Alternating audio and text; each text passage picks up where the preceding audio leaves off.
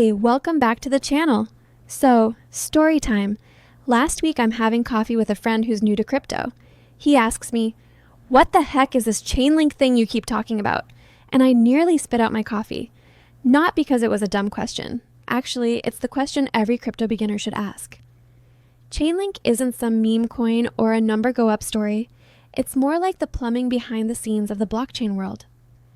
Imagine blockchains are like supercomputers that can't connect to the internet, kind of like a smartphone with no Wi-Fi. Frustrating, right? Chainlink swoops in like the tech-savvy friend hooking up the Wi-Fi, letting those blockchains access real-world data. Today, I want to share my personal journey and honest review of Chainlink, ticker LINK, in plain English, with a dash of humor and some juicy 2025 updates. By the end, you'll know why some folks, myself included, are so bullish on this project, and whether it really deserves a spot on your crypto radar. Spoiler, it just might. Let's dive in. Quick note, if you're new here, I break down crypto projects in a beginner-friendly way, and if anything sounds confusing, don't worry. We have a free educational Discord server, link in description, where you can ask questions and learn more. It's a friendly community, totally free to join. All right, first things first. What exactly is Chainlink? In simplest terms, Chainlink is a decentralized Oracle network that connects blockchains to real-world data. Okay, that still sounds geeky. Let's use a metaphor. Imagine blockchains are like isolated islands. They're super secure and self-contained, but they can't see or hear what's happening in the outside world, by design.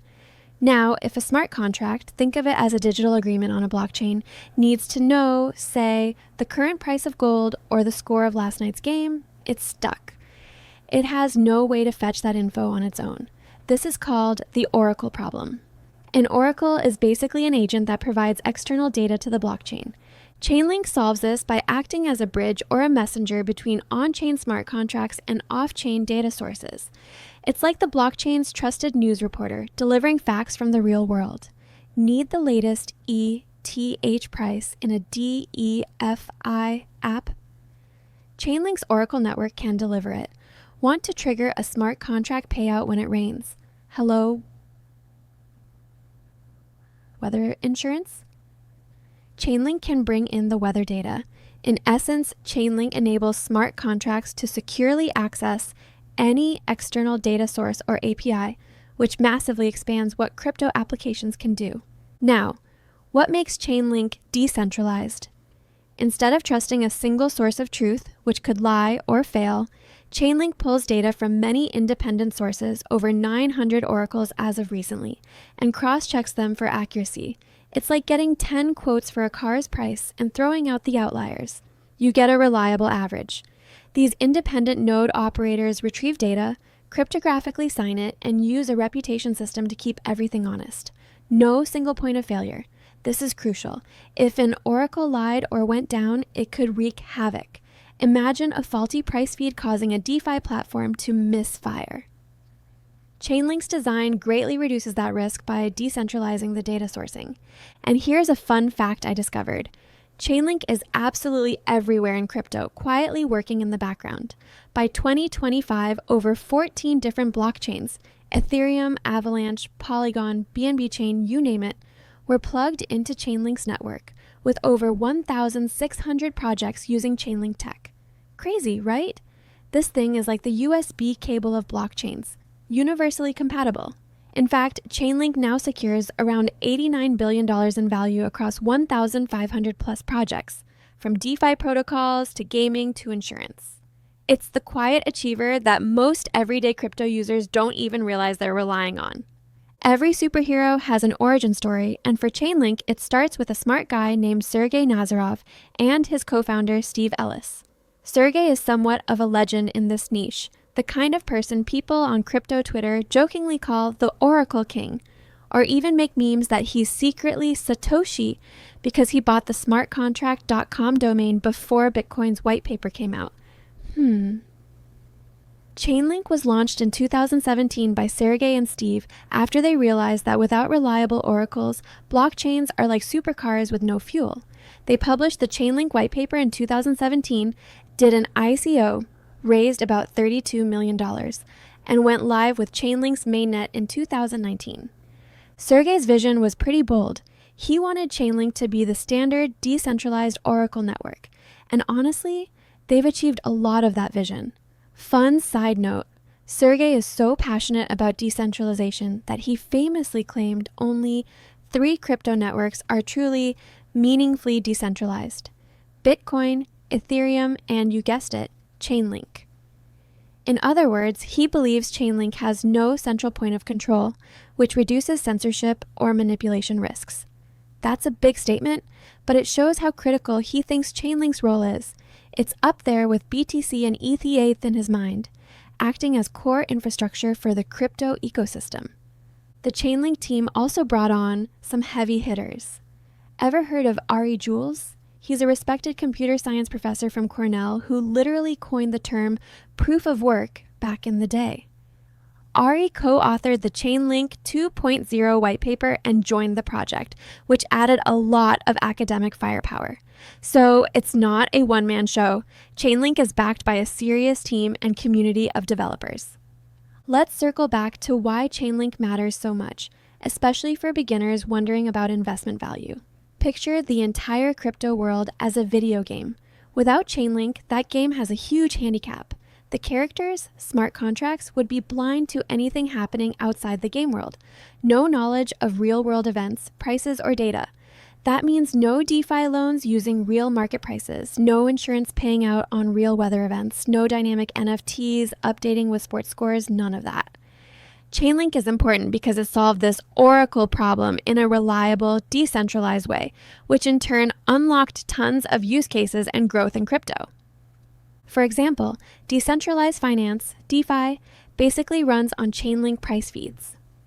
If you're using Aave or Compound to borrow or lend, they often rely on Chainlink oracles to tell them the price of ETH, BTC, etc.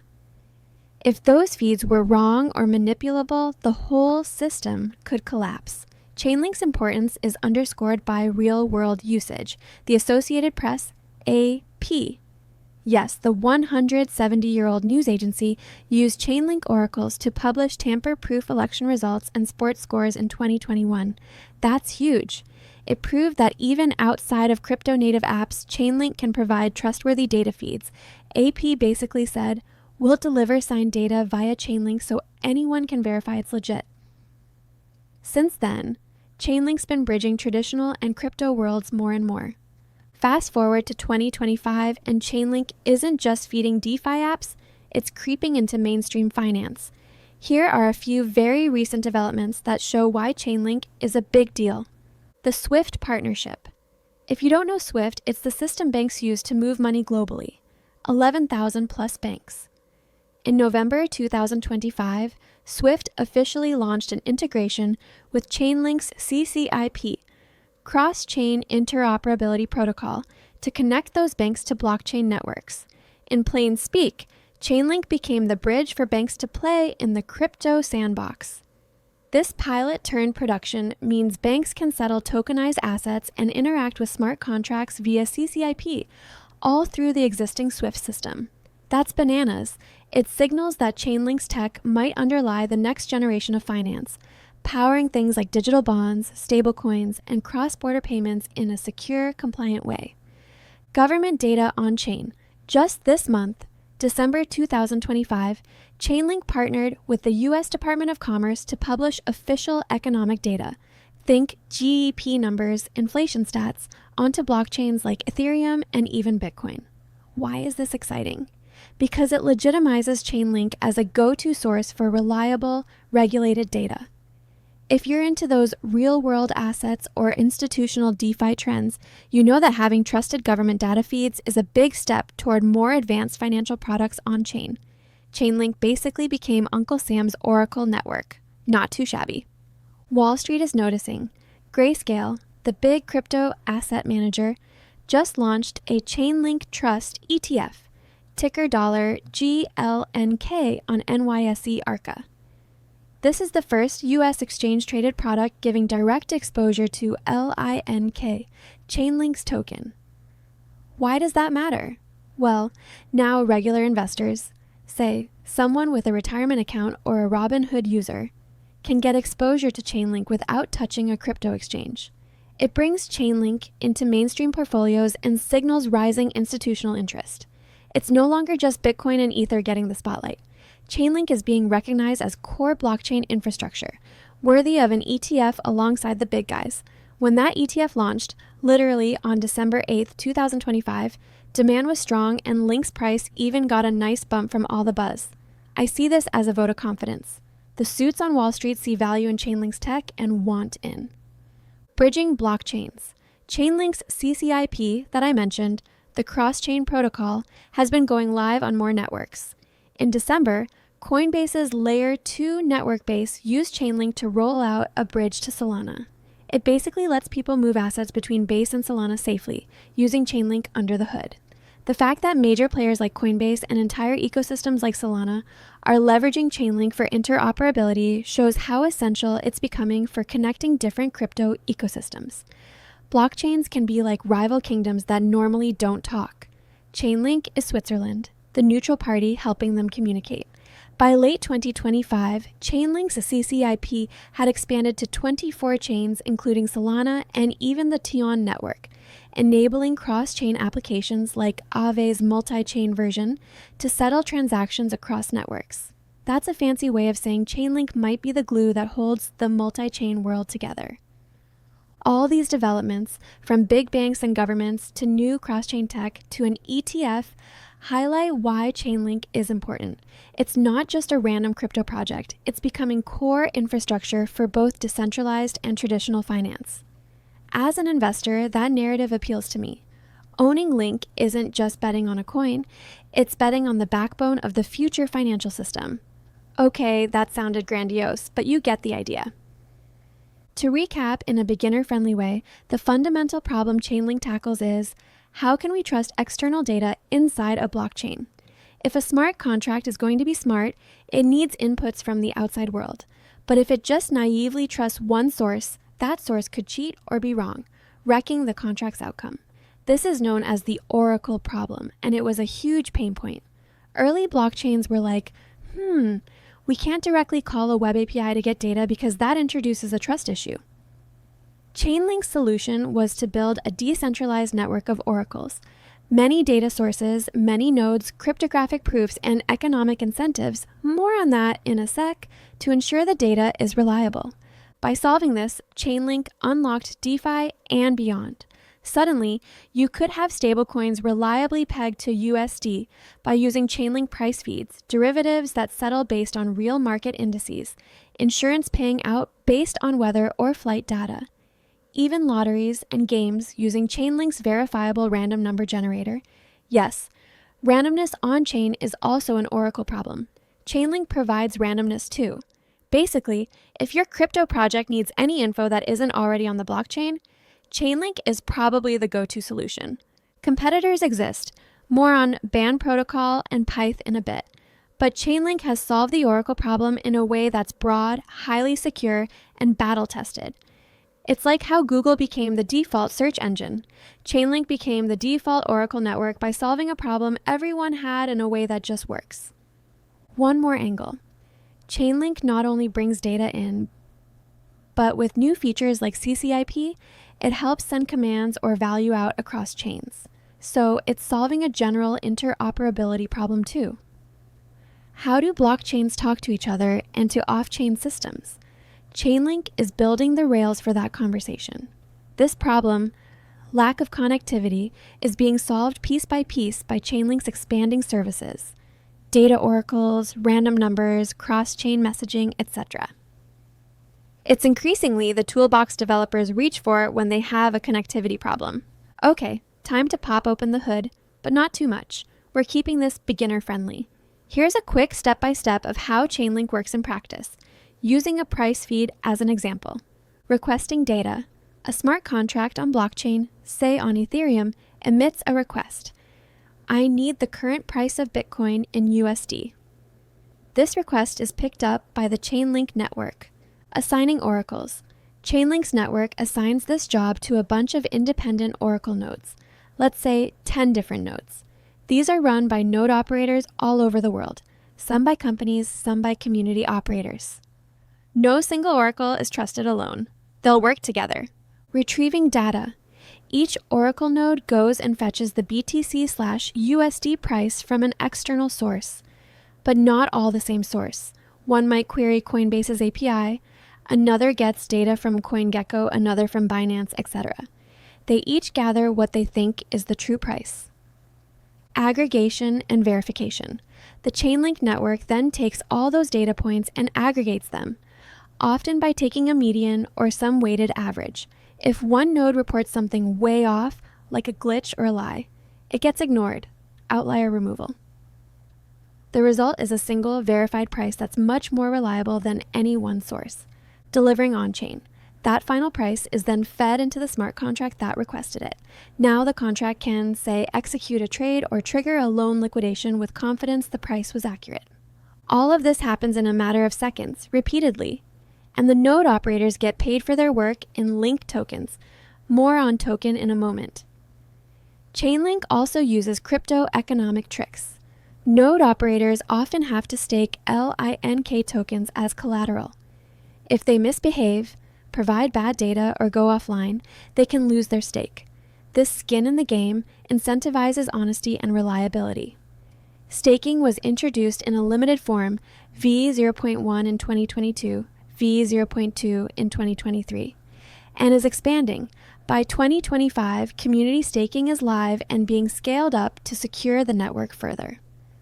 One thing I really appreciate is how flexible Chainlink is. It's blockchain agnostic, not tied to one chain. It started on Ethereum, but now Chainlink oracles run on countless networks. I saw a stat that as of recently, Chainlink is integrated with close to 100 blockchains. It's like AWS for data. Any blockchain can plug in and use it. So, when someone asks what layer is Chainlink, well, it's not a layer 1 like Ethereum since it doesn't have its own standalone blockchain you deploy apps on.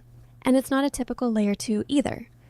Think of Chainlink as a layer 0 or middleware that sits between blockchains and the outside world, as well as connecting multiple blockchains together. It's an overlay network of nodes that service all these ecosystems. In nerdy terms, it's an off-chain network with on-chain components, like aggregator contracts on each chain that collect data from the oracles. But in human terms, Chainlink is its own special layer that pretty much every other layer can use. If Ethereum or Solana or any chain is the city, Chainlink is the power grid connecting them to outside resources. Because of this unique position, sometimes you'll hear folks say, Chainlink is the oracle layer of blockchain, or even the protocol for protocols. It's a foundational piece that other projects build on top of. That can potentially make it quite valuable, which is why investors like me keep an eye on LINK. Speaking of Link, let's break down Chainlink's token. Link is the native cryptocurrency of the Chainlink network. If Chainlink is the platform, Link is the oil that keeps the machine running. Here's what you need to know. Link's purpose. Link is primarily a utility and incentive token. Node operators, the people running those oracle nodes, get paid in Link for fetching and delivering data. When a smart contract requests data, it pays a certain amount of LINK to the network, which gets distributed to the nodes that did the work. This creates a marketplace for oracle services. The better a node's reputation, the more jobs and Link rewards it can get. Link is also used as stake collateral by node operators to back their honesty. If they act maliciously or incompetently, their staked Link can be slashed, taken away. This mechanism is being rolled out to secure the system further. Token launch and supply. Link was launched in September 2017 via an ICO and has a maximum supply of 1 billion tokens. All 1 billion were created at the start. The distribution was as follows. 35% of the tokens, 350 million, were sold in the ICO to the public. 35% were set aside to incentivize node operators and network growth, and 30% went to Chainlink's treasury for development and the team. So yes, the team had a sizable chunk for ongoing development, and they've been using it over the years to fund operations, which sometimes stirs debate when people see the foundation selling tokens. More on that in risks. There is no ongoing inflation. It's a fixed supply. As of 2025, practically all tokens are in circulation except those still held by the project for future use. Chainlink tokenomics in practice. What's cool is that as Chainlink usage grows, more data requests, more networks, etc., the demand for Link tokens could grow too, since requesters need Link to pay for the services. Also, staking locks up Link out of circulation. Staked Link can't be sold unless you unstake, which can reduce effective supply if many people stake to earn rewards. As of the V0.2 staking launch, tens of millions of Link were quickly staked by holders and node operators, hitting the pool cap within hours. Around 45 million Link, worth approximately $600 million, got staked almost immediately. That shows a lot of Link holders want to participate and earn by securing the network. Past performance. We're not all about price here, but a little context.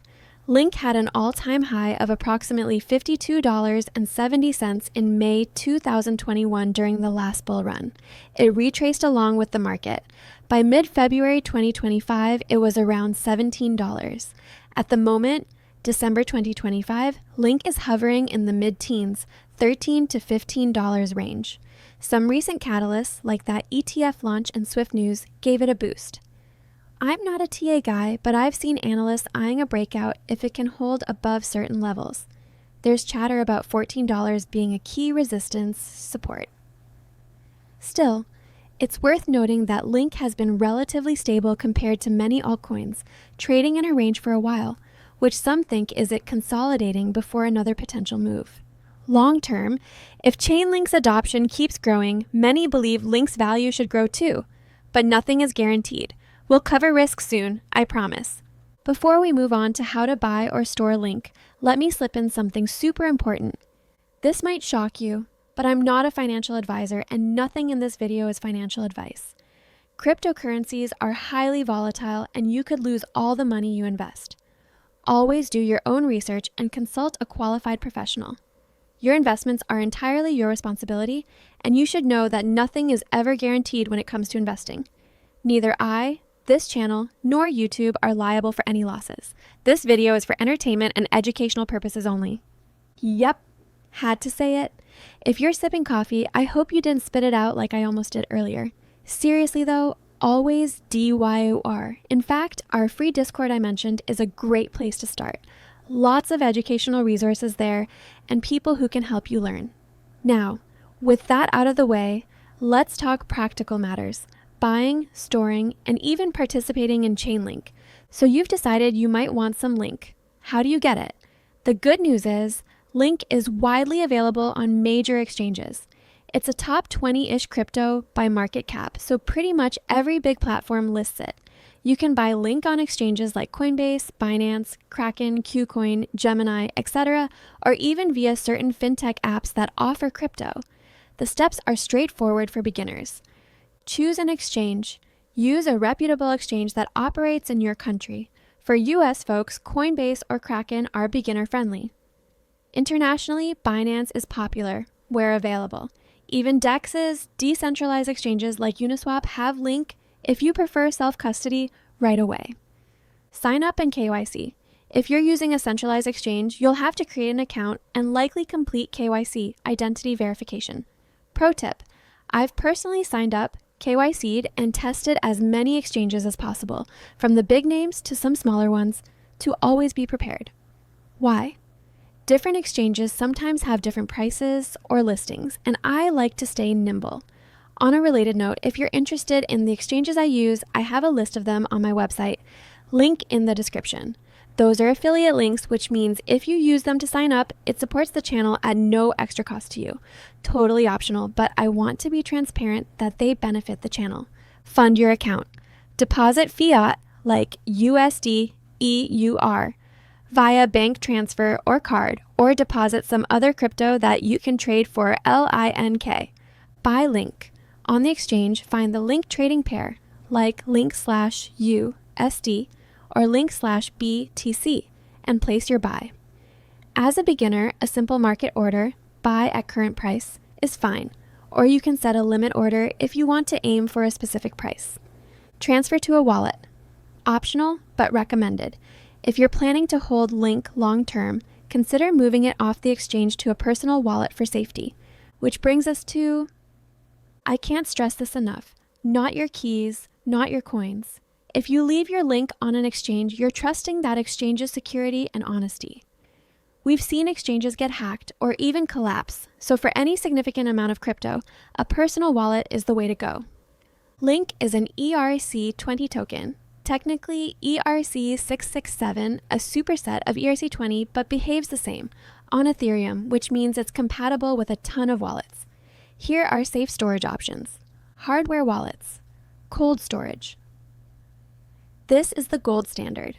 Devices like Ledger or Trezor can store your Link offline, away from internet threats. You manage it via their software interface, but the keys never leave the device. It's like keeping your coins in a vault. According to one guide, hardware wallets like Ledger or Trezor are top choices for Link. Totally agree. Software wallets. Hot wallets. If a hardware wallet isn't feasible, use a trusted software wallet. Examples: MetaMask, browser wallet for Ethereum tokens, Trust Wallet, Mobile, Exodus, etc. These are connected to the internet, so not as ironclad as hardware, but they give you full control via private keys or seed phrases you must keep safe. Some, like MetaMask, can also connect to hardware wallets for added security. Best Wallet and others. I saw a tutorial referencing something called Best Wallet for buying and storing Link. I think it's just an example of a non-custodial wallet integrated with a buying service.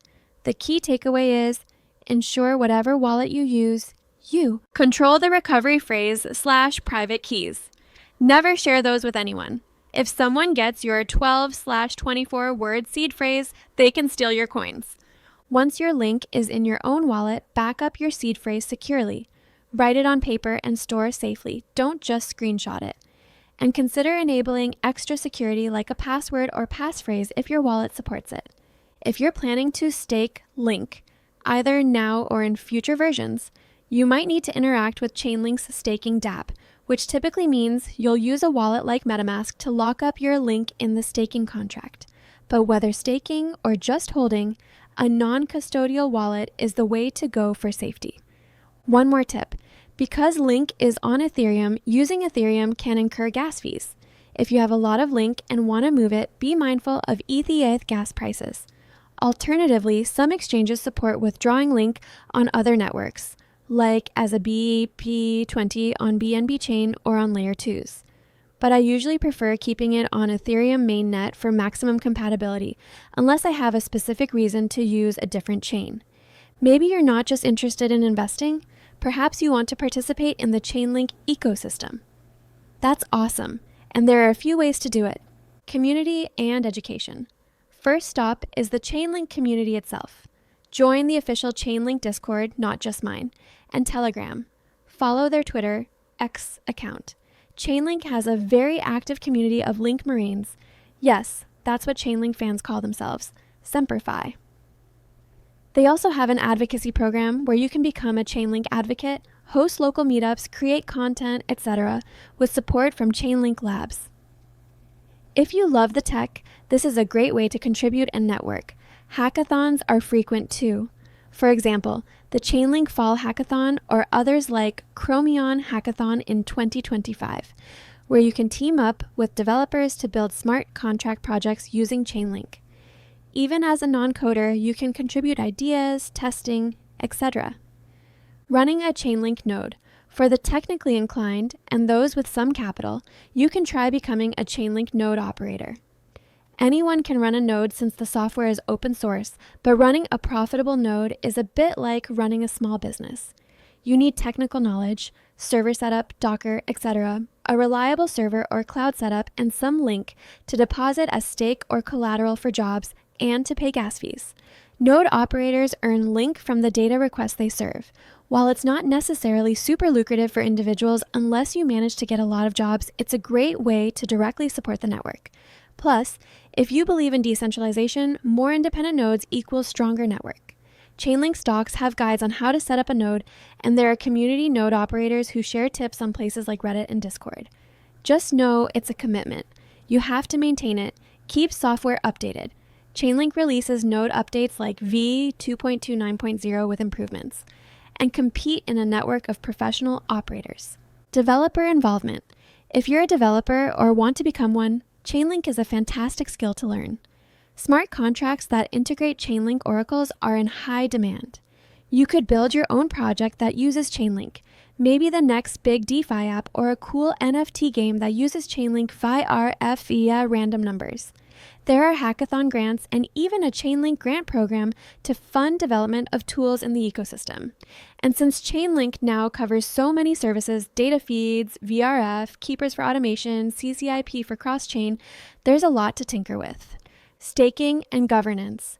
Chainlink doesn't have on-chain governance like some DAOs. No, holding Link doesn't let you vote on protocol changes the way some governance tokens do.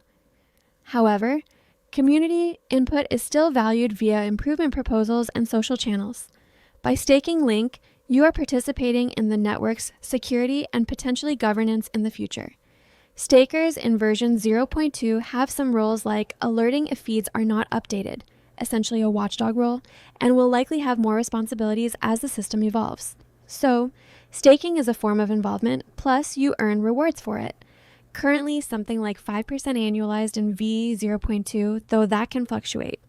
In short, whether you want to hodl and chill or dive in and contribute, Chainlink's ecosystem is open. And don't forget, being involved can also simply mean staying informed. Read Chainlink's blog or community-run sites for the latest. For instance, chainlinktoday.com is a news site covering Chainlink's daily happenings. Staying updated on integrations like X partnered with Chainlink for Y service can give you insight into the project's growth trajectory.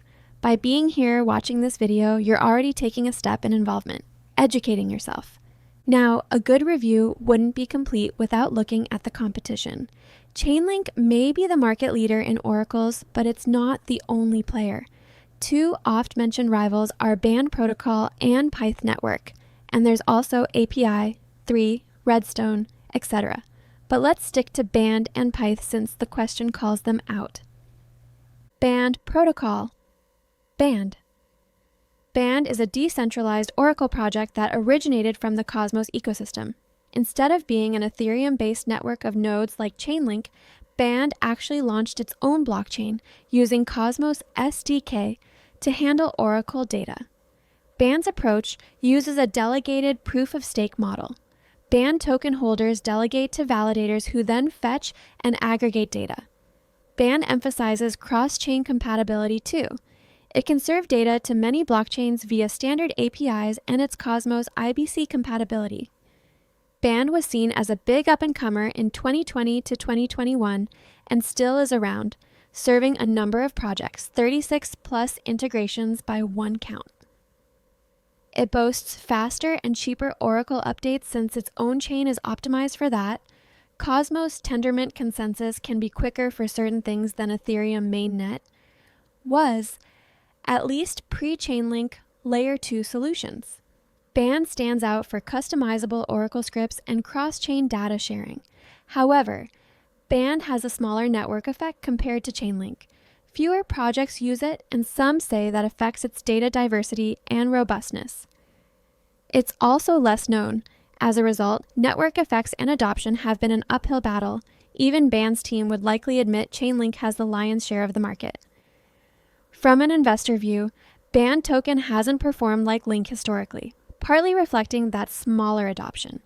Band is still one to watch, but so far it hasn't dented Chainlink's dominance. Pyth Network. Pyth. Pyth is a newer Oracle network that came out of the Solana ecosystem, backed by high-frequency trading firms like Jump Capital.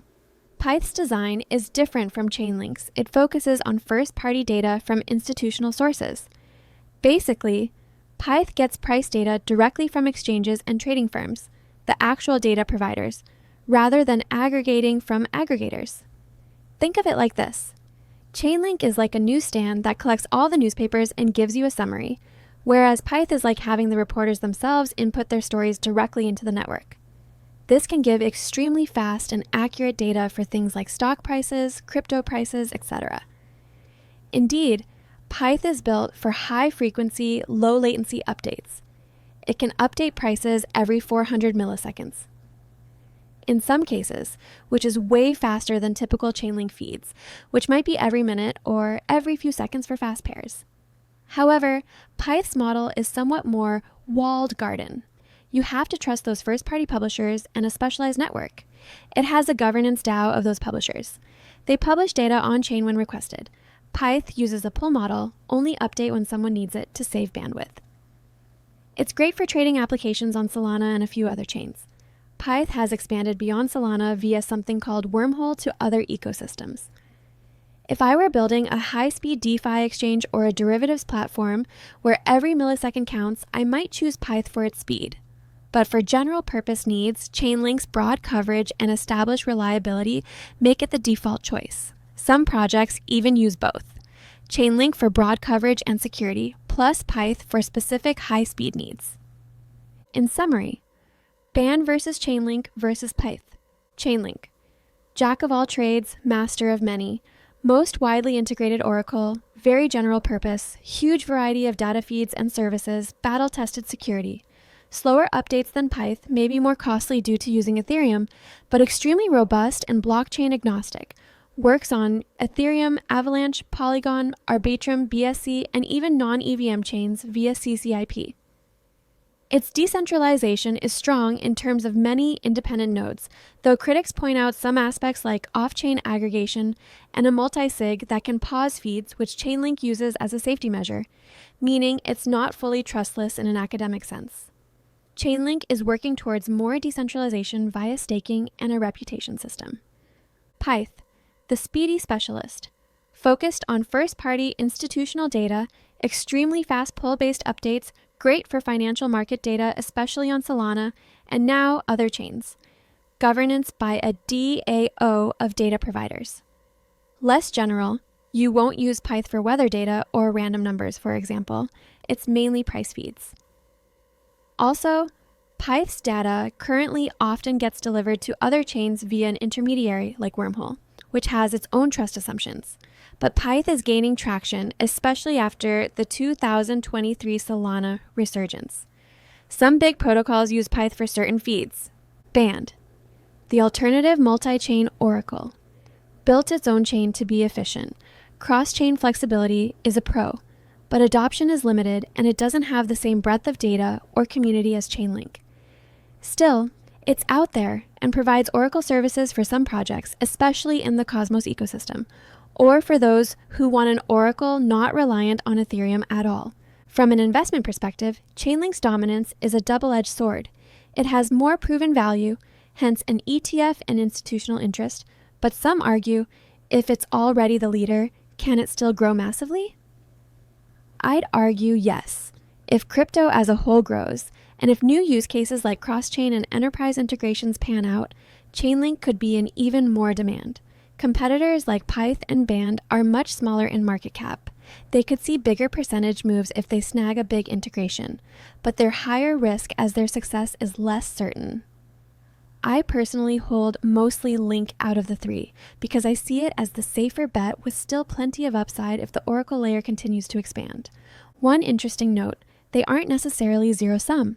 Some DeFi platforms use multiple oracles to be extra safe, e.g., they might take a median of Chainlink and Band or use Chainlink primarily and fall back to something like Pyth if needed.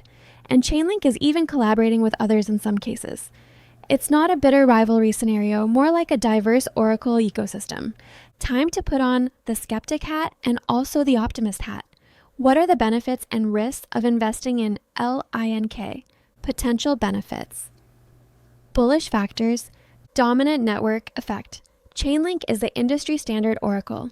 It's got first mover advantage and years of head start. As mentioned, over 1,000 projects rely on it. That creates a moat. New competitors have a tough time breaking in when everyone already trusts Link. It's similar to how everyone uses Windows or Google, not because alternatives don't exist, but because everyone else is already using it, so it's convenient and battle-tested. Integral to DeFi, sticky demand. The more DeFi and crypto grow, the more Chainlink usage grows. If you believe decentralized finance and smart contracts will keep expanding, I do, then oracles like Chainlink are like selling shovels in a gold rush. They earn fees from all the activity.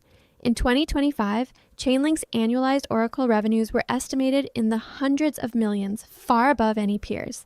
And with Chainlink's developer activity high, it leads in GitHub commits and DeFi projects, and constant product releases, it's likely to maintain its lead. Staking and tokenomics improvements. Chainlink's team has been actively working on Link's value accrual. Staking is a big part of that. As staking matures, more Link could be locked up by node operators and holders to secure the network, effectively reducing circulating supply and giving holders yields. Also, Chainlink introduced a mechanism called the Chainlink Economics 2.0, which includes things like fee sharing. Eventually, stakers could receive a cut of the fees that requesters pay, and treasury burn. Part of fees could be used to buy and burn Link. If these kick in, Link would have more direct value capture from network usage. This could make Link more attractive to hold long-term, beyond just speculative. Enterprise and institutional adoption. The involvement of institutions like Swift, DTCC, they're experimenting with Chainlink for trade clearing data. Big tech companies, Google Cloud has collaborated with Chainlink in the past. And now ETFs legitimizes Chainlink. It's not some fringe crypto thing. It's becoming akin to a middleware standard. If in a few years we see, say, central bank digital currencies or stock exchanges using Chainlink for data and interoperability, that could open huge markets. The total addressable market goes from just crypto projects to all of global finance that needs reliable data bridging. Some folks speculate that Chainlink could capture a portion of the dollar trillions in traditional finance contracts if it truly becomes the global financial plumbing, a term I love that I saw on social media. Strong team and consistent delivery. Sergey and the team have delivered on many of their promises, launching oracles, bringing new services like VRF, Keepers, CCIP, etc. They tend to work methodically and academic-like, not hyping too much beyond what's real. This gives me some confidence that Chainlink isn't a fly-by-night project. It's here to stay and grow steadily. Resilience. In crypto winters, a lot of altcoins fade away. Chainlink, however, has entrenched usage. Projects need it regardless of bull or bear market. DeFi still needs price feeds even if prices are down. That makes it somewhat more resilient. Indeed, in the brutal 2022 bear, Link held up relatively well in DeFi usage metrics and started climbing back in late 2023/2024 when others lagged. Now, onto the risks. Bearish considerations. Market volatility. Let's be real. Link is still a crypto asset. It can be volatile. If the whole crypto market tanks, say Bitcoin crashes hard, Link will likely go down too, at least in the short term. It's not immune to macro sentiment or crypto cycles. We saw Link go from $52 to under $10 in the 2022 bear market. If you invest, be prepared for swings and never invest more than you can afford to lose. Applies to any crypto. Competition and innovation. While no competitor has dethroned Chainlink yet, we can't rule out a future where a new technology changes the game. For instance, some blockchain maximalists think oracles could be designed differently, like using trusted execution environments, etc. Or if projects all move to one superfast chain and one oracle, like Pyth's model, fits that niche better, Chainlink could see reduced share. So far, Chainlink's been very good at adapting. They even embraced ideas like first-party oracles. They launched a program for data providers to run their own nodes directly, and high-speed feeds on layer 2 for lower latency. But tech moves fast. It's worth monitoring things like API 3, first-party oracles via AirNode Tech, or Redstone, which even fetches data on the fly in users' browser for off-chain aggregation. These are alternative approaches. If one of those got major traction, it could be a threat. Centralization concerns. Earlier, I mentioned some criticisms. One is that historically, Chainlink's data aggregation happens off-chain and is then signed by a multi-signature wallet of the node operators, which posts the final value on-chain. This is efficient, saves gas by posting one value instead of many, but it means you trust that multi-sig's honesty for that moment. Also, Chainlink Labs has some control levers.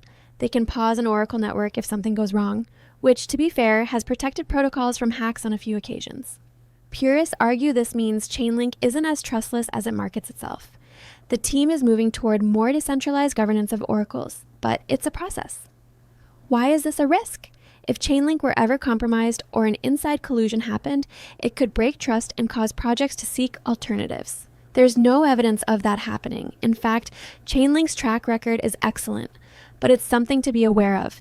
You're placing trust in Chainlink's network and the people running it. As an investor, you have to trust the Chainlink team to keep doing the right thing. Token economics issues. One critique has been that Link token doesn't automatically rise with usage because Chainlink could always adjust node rewards, etc. For example, Chainlink Labs historically paid node operators from that 35% reserve to bootstrap the network, basically subsidizing. If they continue issuing rewards from that pool, it could create sell pressure, nodes getting Link and selling for expenses. Also, the team's 30% treasury. They occasionally sell some to fund operations, which can add sell pressure. This caused community drama when large transfers from the dev wallet happened in the past. While those tokens are meant for development, investors should watch how they're used. The flip side is if Chainlink Network starts generating so many fees that it's self-sustaining and even doing buybacks or sharing revenue with stakers, that concern fades. But it hasn't fully happened yet. It's more of a forward-looking plan. So short term, Link's price can be affected by these token movements and the fact that fees in Link paid by users might be relatively low. A lot of current usage is on pre-funded feeds, not pay-per-call. The Link staking rewards currently come from an emissions pool and maybe some protocol fee sharing. But if those rewards are higher than organic fees, it's inflationary in effect. Just things to keep an eye on. Ideally, the ecosystem growth outpaces any selling or inflation. Regulation. Gotta mention it. Regulators have been eyeing crypto projects. While I think Chainlink is mostly an infrastructure and likely not a target the way, say, lending protocols or exchanges are, there's always a risk if a government decided oracles transmitting certain data is some kind of regulated activity. Or if Link gets labeled a security by some aggressive regulator. I personally doubt it. Link was sold in an ICO though, so who knows? The Grayscale ETF means, at least in the US, regulators are comfortable enough to allow an ETP for it, which is a good sign. Still, broader crypto regulation or a crackdown could indirectly slow Chainlink's adoption if, say, DeFi gets restricted. Smart contract risk. Ironically, Chainlink's own smart contracts could theoretically have bugs. It's happened to others, like a bug in an oracle where someone manipulates it, etc. Chainlink's contracts and oracles have been very secure to date, but nothing is 100%. If a major hack/exploit happened through a Chainlink oracle, it could shake confidence. This risk is not unique to Chainlink. Any crypto project has smart contract risk. Overall, in my personal opinion, the benefits make a strong case for Chainlink as a long-term play, but the risks remind me to size my investment reasonably and stay updated. I'm optimistic, but cautious. The tech is sound and adoption is rising, but crypto is an unpredictable beast. To wrap this up, let me speak personally. When I first heard about Chainlink years ago, I honestly didn't get what the fuss was about. Oracles sounded like some niche utility token, not as sexy as smart contract platforms or big name coins. But the deeper I went, the more I realized Chainlink is like the connective tissue of the blockchain world. It's one of those projects that, if it disappeared overnight, a huge chunk of crypto would break. And as an investor and tech enthusiast, that got me excited and a bit terrified of how underappreciated this risk was. Now in 2025, I feel Chainlink's story is still in its early chapters. They spent years quietly building and integrating. Now the world is noticing, from governments to banks to mainstream media. It's kind of vindicating for us Link holders who sat through the quiet times. But I'm not here to give you hopium. Like I said, not financial advice. You should evaluate if Link fits your risk profile and portfolio. It's definitely not risk-free. However, if you believe in a future where crypto and traditional finance increasingly intermingle, where everything is connected, blockchains, real-world data, different networks, then betting on the connector, Chainlink, seems logical. In terms of investment value, I personally view Link as a long-term hold. It's not likely to 100 times in a month, and if it does, something crazy happened. It's more like an investment in critical infrastructure that could grow steadily as usage grows. The launch of staking means you can earn yield on it, which is nice for passive income while you hold. The ETF and institutional adoption hints at a future where more big money might flow in, and the developer momentum they keep shipping features means it's not resting on its laurels. If you're a crypto beginner, I will say this. Chainlink might not be as immediately flashy as, say, a new Layer 1 chain or a meme coin, but it's one of those foundational projects that's worth understanding.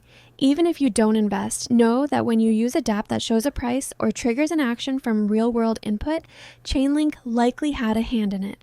It's like the vitamin supplement in your smoothie. You might not taste it, but it's in there doing work.